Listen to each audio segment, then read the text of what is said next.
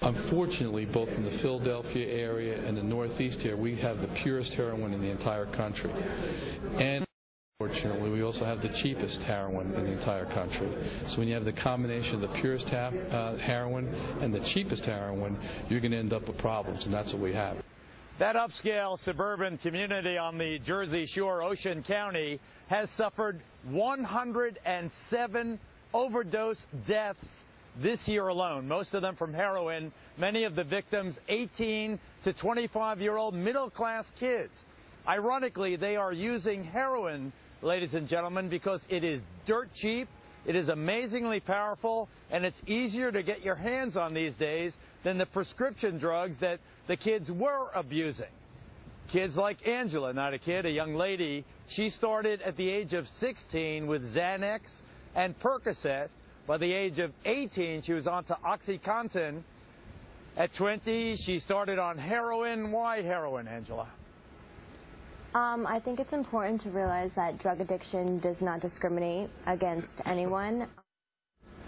Starting off like as a social, on the weekends drinking and partying can turn into like a lifetime and a lifestyle. And it's hard to get out once you start. Describe what your life was like when you were in the midst of the heroin abuse. Where did you get the drug? Where did you get the money to pay for the drug? I was in a very dark place for a long time. I think it's important to realize that like when you are in the grips of an addiction, you turn into a different person. So the things that you do and the people you surround yourself with take you to a whole different life. And the specifics. Describe the dark place you talk about. I was secluded from my family. I hadn't talked to them in a really long time. And just living a life that no one would want to ever live. You don't know yourself anymore. So I think that it can take you to a whole different level. Where'd you get the money to buy the dope? I actually did a lot of illegal things, selling drugs off the streets and doing things that are not me today as a person. I want to get, Angela, I want to get to the person you are today. Let me go to Angelo Valenti first, the Executive Director of Partnership for a Drug-Free New Jersey. So, Angela, are we the victims of our own success in a sense? We've cracked down on the abuse of prescription drugs, and now heroin has come back to bite us on the butt? Well, Geraldo, what we have found is that the main reason that so many people are impacted by heroin in New Jersey is because they started using prescription drugs. And these prescription drugs became so accessible because most of our homes are full of medicine cabinets with these drugs. And for a long time, young people didn't understand the consequences or the seriousness of these prescription drugs. So we saw a progression take place in New Jersey and throughout the country. So severe was this problem that the Center for Disease Control designated prescription drug abuse as an epidemic. So we're really in the midst of an epidemic here in New Jersey and throughout the country with regard to prescription drugs and the link to heroin abuse. But Angelo, my point is you had 107 overdose deaths in Ocean County, New Jersey. Ocean County, I lived in Monmouth County, the adjacent county, is a suburban, largely a white middle-class community. Here they're getting their hands on heroin. Not only that, but they're overdosing. Why are so many kids dying? Geraldo, that is an excellent question and a question that we all need to be looking at. If 107 dolphins washed up on the shore of Ocean County, we certainly would be spending endless hours and putting all the resources we had into finding out why these dolphins were laying on the beaches. We have 107 young people, 107 families, many more, obviously, thousands of other people that are impacted. We all have to be looking at the reasons and trying to find a solution to this really devastating problem. But we know that parental involvement is one way to start that.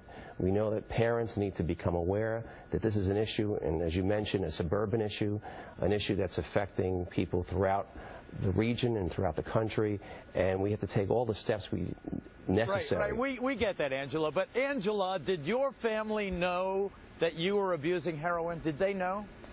I think that denial sets in a lot of times. You never want to believe someone you love could be doing any of that. I think it's so important for families to know. Before you give us everyone's giving me, the big picture lecture today. I want to know, how did your parents find out that you were a junkie? After my first arrest. And what was the charge of your first arrest? Possession.